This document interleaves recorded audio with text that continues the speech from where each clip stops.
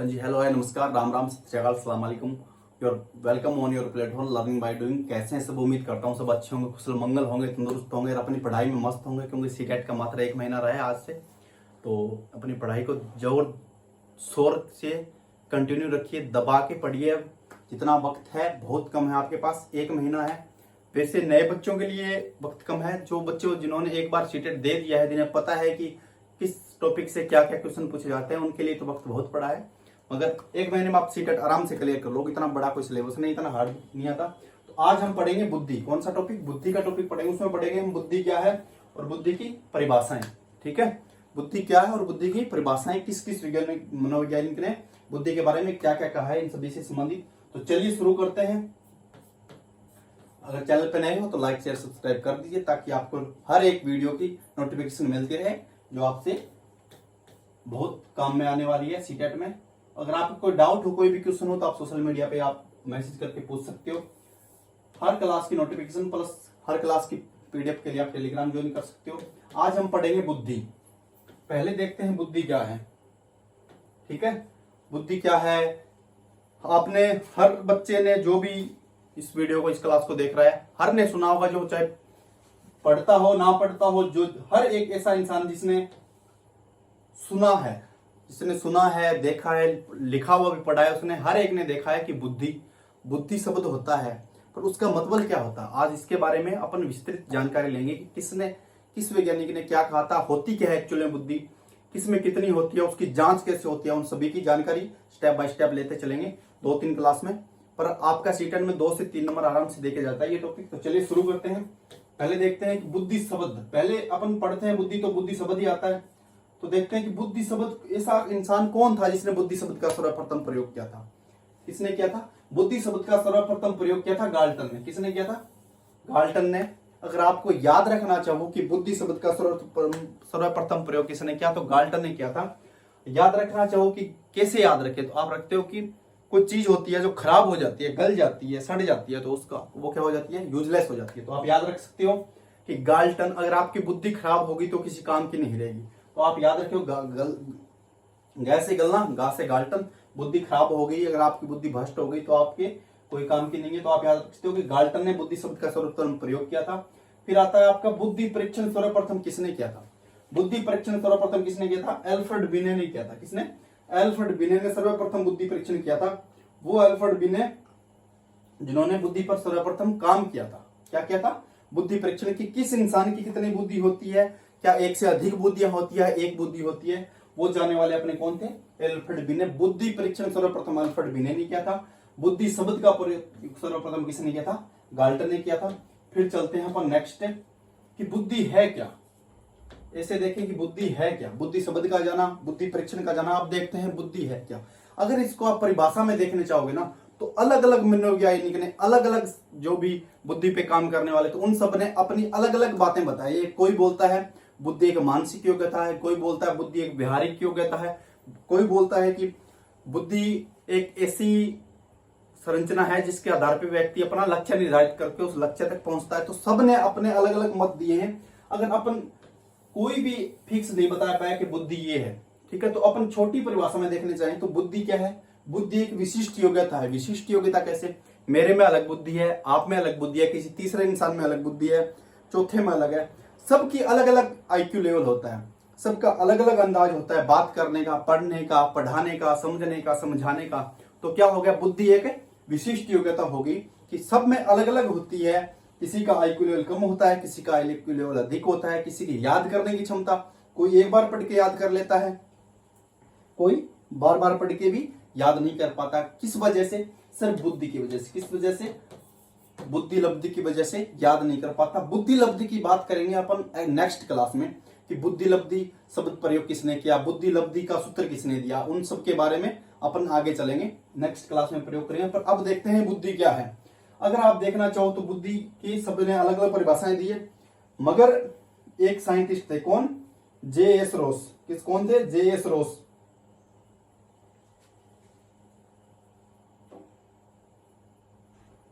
सभी ने अलग अलग परिभाषाएं दी है बुद्धि की, ठीक है, सभी मनोवैज्ञानिक। वो देखते हैं, पहले परिभाषाएं देखते हैं हम। ये बुद्धि से संबंधित महत्वपूर्ण परिभाषाएं। फिर देखते हैं कि जे.एस. रोस ने क्या कहा इन सभी के लिए। सबने अलग अलग बताया, जैसे अल्फ्रेड बिने ने अलग बताया है कि बुद्धि 4 शब्दों में निहित होती है। फिर वुडवर्थ ने बुद्धि का कार्य करने की एक विधि होती है। ये सब जैसे अल्फ्रेड बिने ने क्या कहा है कि बुद्धि 4 शब्दों में निहित है। अगर पूछा जाए कि क्या बुद्धि को 4 शब्दों में निहित किस मनोवैज्ञानिक ने कहा है, तो किसने कहा है? अल्फ्रेड बिने ने कहा है कि बुद्धि 4 शब्दों में निहित है। शब्द कौन कौन से हैं कि ज्ञान, निर्देश, आविष्कार तथा आलोचना। इसका मतलब ये है अल्फ्रेड बिने का कि बुद्धि सिर्फ उस इंसान में होती है जिसको किसी चीज का ज्ञान होता है। बुद्धि उस इंसान में होती है जो किसी कार्य को करने के लिए निर्देश दे सकता है, किसी को आदेश दे सकता है। बुद्धि उसी इंसान में होती है और बुद्धि होती ही उसमें है जो किसी चीज का आविष्कार कर सकता है। बुद्धि उस इंसान में होती है और किसी की आलोचना कर सकता है। ये कहा है अपने अल्फ्रेड बिने ने। फिर आते हैं अपने वुडवर्थ। वुडवर्थ ने कहा है कि बुद्धि कार्य करने की एक विधि है। आप कोई भी कार्य कर रहे हो, आप किसी कार्य को अलग अंदाज में कर रहे हो, कोई दूसरा उस कार्य को अलग अंदाज में कर रहा है, कोई तीसरा अलग अंदाज में कर रहा है। वो क्या है? उन सब की बुद्धि का फर्क होता है। वुडवर्थ ने ऐसा कहा है कि बुद्धि एक कार्य करने की विधि है कि सभी लोग, जो भी कोई इंसान कार्य कर रहा है, मैं पढ़ा रहा हूं, मेरी अलग आईक्यू लेवल है, कोई दूसरा टीचर पढ़ा रहा है, उसका अलग आईक्यू लेवल है, उसका पढ़ाने का समझाने का तरीका अलग अलग होता है, उसके कार्य करने की विधि अलग अलग होती है। कोई रियल लाइफ से जोड़ के बताता है, कोई जो लिखा हुआ वो साफ बता देता है, कोई किताब से पढ़ाता है, कोई लिख के पढ़ाता है, किसी की हैंडराइटिंग अच्छी होती है, किसी की बुरी होती है। तो वो क्या होता है? वो सिर्फ बुद्धि का फर्क होता है। ठीक है, बुद्धि कार्य करने की एक विधि है, इसे कहा है वुडवर्थ ने। फिर आते हैं अपने वुडरो नहीं है, वुडरो है ये। ठीक है, वुडरो। बुद्धि ज्ञान अर्जन करने की एक योग्यता है कि आप में जितनी अधिक बुद्धि होगी, आप किसी चीज का अर्जन या अधिगम उतनी जल्दी कर पाओगे। जो अधिक आईक्यू लेवल वाले बच्चे होते हैं, जैसे गॉड गिफ्ट होते हैं, उनका आईक्यू लेवल कितना होता है? 140 प्लस होता है। ठीक है, 140 आईक्यू लेवल उनका आता है, 140 से अधिक आईक्यू लेवल उनका 140 से अधिक होता है। तो उनमें क्या होता है? वुडरो ने बोला है कि बुद्धि ज्ञान अर्जन करने की एक योग्यता है कि बच्चा जिसका आईक्यू लेवल जितना अधिक होगा वो उतना जल्दी सीख पाएगा। जिसमें बुद्धि ज्यादा होगी, जिसमें दिमाग मानसिक क्षमता ज्यादा होगी।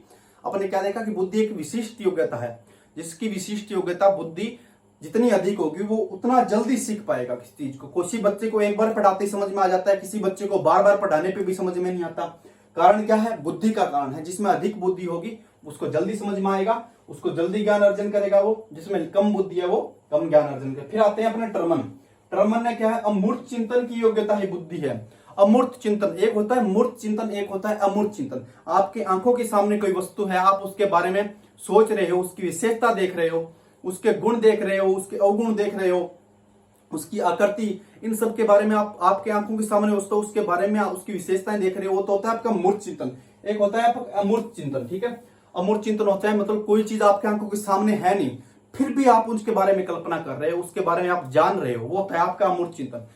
मूर्त चिंतन जैसे मैं आपके सामने हूं, ये लिखा हुआ है, कुछ परिभाषाएं लिखी हुई, इनके बारे में आप सोच रहे हो, पढ़ रहे हो इन्हें, तो ये आप क्या कर रहे हो? आप मूर्त चिंतन कर रहे हो।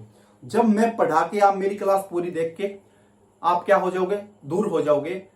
अपना जो भी यूट्यूब पे देख रहे हो, मोबाइल में देख रहे हो, लैपटॉप में देख रहे हो, जहां भी आप देख रहे हो, आप उसको देख के अलग हो जाओगे। फिर आप उसी की कल्पना करोगे कि मैंने ये पढ़ाया था, वो पढ़ाया था। वो आप क्या कर रहे हो? आप अमूर्त चिंतन कर रहे हो कि जो वस्तु आपके आंखों के सामने नहीं हो, फिर भी आप उसकी गुण, विशेषता व अवगुण, उन सभी के बारे में आप सोच रहे हो अपने दिमाग में। वो तो अमूर्त चिंतन हो जाए। जैसे आपने ताजमहल का नाम आपके दिमाग में आया, आपने सुना, आपके दिमाग में जैसी ताजमहल की छवि बन जाएगी। वो क्या होता है? आपका अमूर्त चिंतन होता है। तो टर्मन ने क्या कहा कि अमूर्त चिंतन की योग्यता ही बुद्धि है।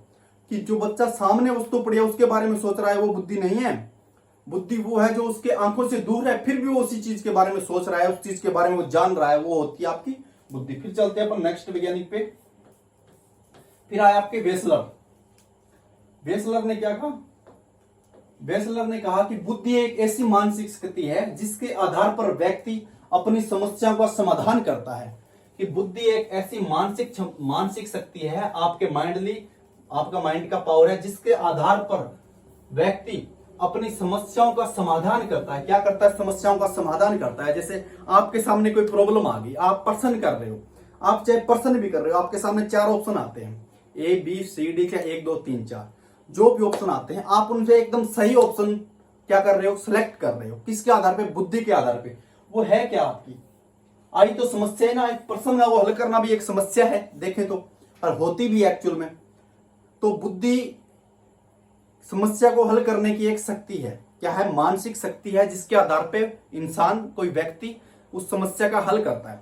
अपन रास्ते रास्ते में जा रहे हैं, अपनी गाड़ी का टायर पंचर हो गया, हम टायर पंचर निकलवाते हैं या उसका कुछ जुगाड़ करते हैं, किसके आधार पे करते हैं, बुद्धि के आधार पे करते हैं। अपनी गाड़ी फंस गई, अपन उसको निकालते हैं उस जगह से जहां पे वो फंसी हुई है। अपन कहीं पे फंसे हुए हैं, ट्रैफिक में फंसे हुए हैं, अपन दिमाग में अपन को दूसरा रास्ता पता होगा, अपनी बुद्धि लब्धि आईक्यू लेवल काम कर रहा होगा, पहले वो किसी रास्ते से गए, वहां से निकल जाए, किसके आधार पे, अपनी बुद्धि लब्धि के आधार पे। तो वेसलर ने कहा है बुद्धि एक ऐसी मानसिक शक्ति है जिसके आधार पर व्यक्ति अपनी समस्याओं का समाधान करता है। फिर आता है बकीगम, सीखने की क्षमता ही बुद्धि है। बकीगम ने कहा है सीखने की क्षमता ही बुद्धि है। आप कितना जल्दी सीख रहे हो, धीरे सीख रहे हो, जल्दी सीख रहे हो, या सीख ही नहीं रहे, समझ में ही नहीं आ रहा, वो क्या है, वो भी आपकी क्या है, बुद्धि है। फिर आते हैं कोल एवं ब्रश, इनका मानना है कि बुद्धि एक जन्मजात और प्राकृतिक योग्यता है जिसमें लिंग के आधार पर कोई भी भेदभाव नहीं होता। लिंग के आधार पर भेदभाव नहीं होता, किसमें, बुद्धि में। ऐसा किसने कहा है, ऐसा कहा है अपने कोल एवं ब्रश है, ठीक है, बुर्स है, बुर्स, कोल एवं बुर्स ने, ठीक है। तो इनका मानना है कि बुद्धि एक जन्मजात और प्राकृतिक योग्यता है, कि बुद्धि जब इंसान जन्म लेता है तो उसके साथ पैदा होती है। ऐसे नहीं कि कहीं से आपने बुद्धि को सीखा है, किताबों में लिखी हुई है कि बुद्धि ऐसे बढ़ती है। बुद्धि एक जन्मजात योग्यता है। जैसे आपके माता पिता का आईक्यू लेवल होगा, अगर बच्चे के माता पिता समझदार है तो उनकी होने वाली संतानें भी समझदार होगी। अगर उनके माता पिता, बच्चे के माता पिता मंदबुद्धि है तो होने वाली संतानें भी मंदबुद्धि होगी। ये क्या है आपका, ये वंशानुक्रम है। बुद्धि आपको वंशानुक्रम से मिलती है। ऐसे नहीं कि आप बुद्धि को कहीं से खरीद लोगे, कहीं से पढ़ के अपनी बुद्धि बढ़ा लोगे। इन्होंने कहा है कि बुद्धि जन्मजात और प्राकृतिक योग्यता है जिसमें लिंग के आधार पर कोई भी भेदभाव नहीं होता। लिंग के आधार पर, कि लड़कियों में भी बुद्धि होती है, लड़कों में भी होती है। जरूरी नहीं है कि एक मेल में ही बुद्धि होती है, अत्यधिक बुद्धिमान सिर्फ पुरुष ही होते हैं, बुद्धिमान महिलाएं भी होती हैं। ऐसे किसने कहा है, कोल एवं ब्रश ने कहा है कि लिंग के आधार पर आप बुद्धि में भेदभाव नहीं कर सकते।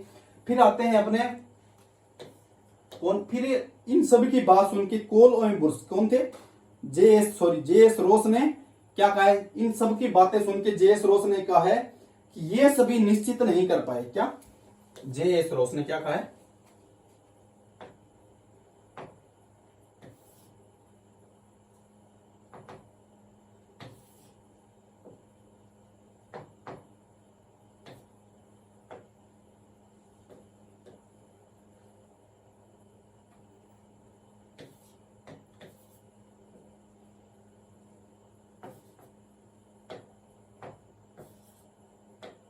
एक मिनट,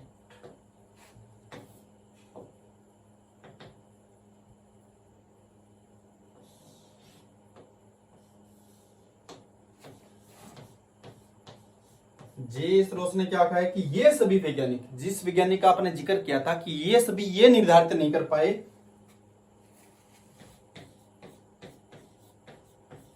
ये सभी ये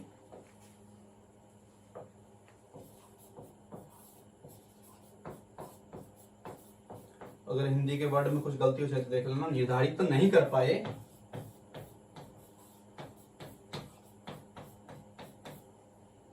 ये सब ये निर्धारित नहीं कर पाए कि बुद्धि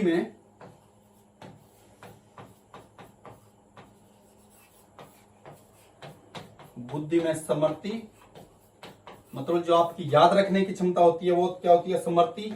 फिर आता है आपकी कल्पना, आप अमूर्त चिंतन करते हो, किसमें आता है, कल्पना में आता है। भाषा, भाषा जो हम रोजमर्रा की जिंदगी में यूज लेते हैं वो भाषा। और अवधान, अवधान का मतलब होता है ज्ञान या ध्यान या संज्ञान, ठीक है। अवधान मतलब अवरोध नहीं होता, अवधान का मतलब होता है ज्ञान, ठीक है। अवधान, गाम योग्यता,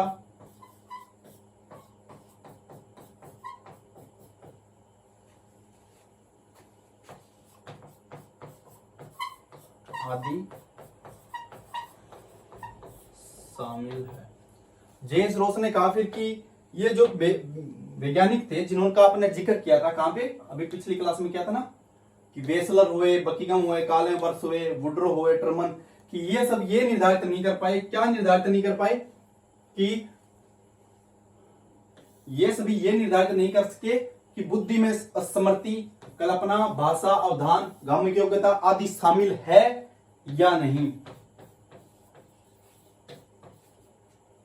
ये थोड़ा सा आप देख लेना, या नहीं। ठीक है, इतने जो वैज्ञानिक थे इन्होंने बुद्धि पे प्रयोग किया, बुद्धि का बारे में बताया, मगर ये नहीं जान पाए सारे वैज्ञानिक कि बुद्धि में ये चीजें समर्थी, कल्पना, तर्क शक्ति और अवधान, गामक योग्यता ये सब शामिल है या नहीं।